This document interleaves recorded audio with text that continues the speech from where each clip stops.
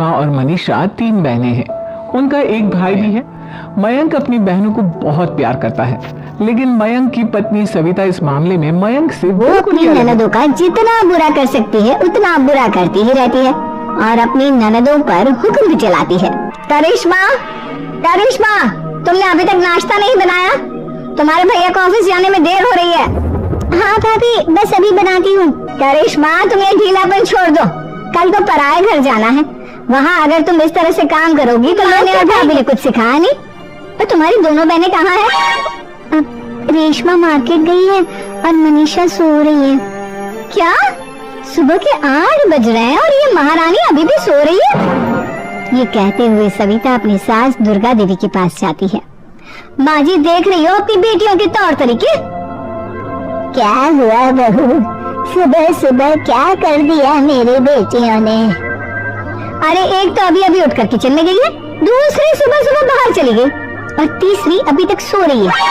क्या करूं मैं इन तीनों का, मैं तो परेशान हो गई हूँ। जा जाकर उठा उसे और रेशमा से मैं बात करती हूँ। सीधा मनीषा के कमरे में जाती है और उससे कहती है, महारानी जल्दी उठो, सूरज सर पर आ गया है।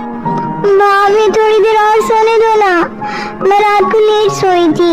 वो क्या ना यूनिट टेस्ट चल रहा है। शराफत से उठती है या नहीं, या फिर पानी की भरी बाल्टी डालूं तेरे ऊपर? नहीं भाभी, मुझे बिस्तर में नहीं नहाना, उठती हूँ मैं।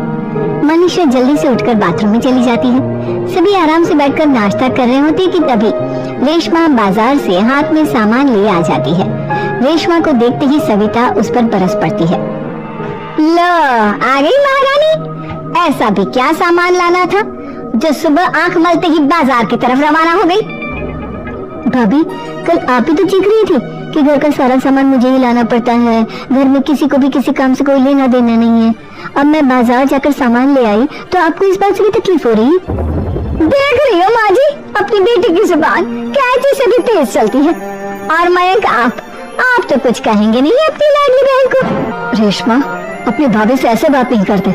चलो माफी मांगो। भैया, मैं क्यों माफी मांगू? आप भाभी से बोलिए ना कि हम पर कम हुक्म चलाया करे। हम इस घर की बेटियां हैं और आपकी पत्नी की ननद है, नौकरानी नहीं। लो कर लो बात। इनकी भलाई के लिए कुछ भी बोलो तो इन्हें बुरा लग जाता है। इस घर में यही इज्जत है मेरी।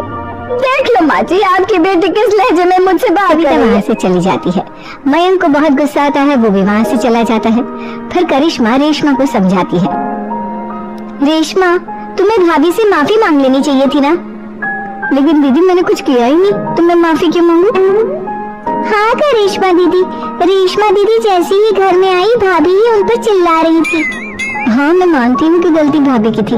मैं तो इसलिए बोल रही हूँ कि भाभी ने माँ को तो पूरी तरह अपने वश में कर लिया है। वो हमारी बात सुनती ही नहीं। मयंक भैया हमारे लिए हमेशा खड़े रहते हैं, इसलिए उनकी बात का मान तो तुम्हें रखना चाहिए था ना।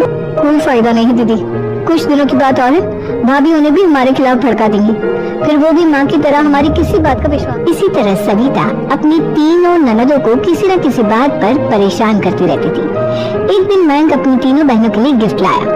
क्या रेशमा, ये तुम्हारे लिए हार का सेट। रेशमा, तुम्हारे लिए सुंदर सी ड्रेस।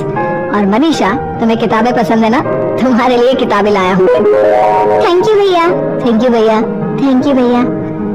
करिश्मा, तुम्हारा नेकलेस कितना सुंदर है, ये भैया कहाँ से ले आए होंगे? मैंने भैया को 3 दिन पहले फोन पर ये डिजाइन दिखाया था और आज भैया ये ले आए।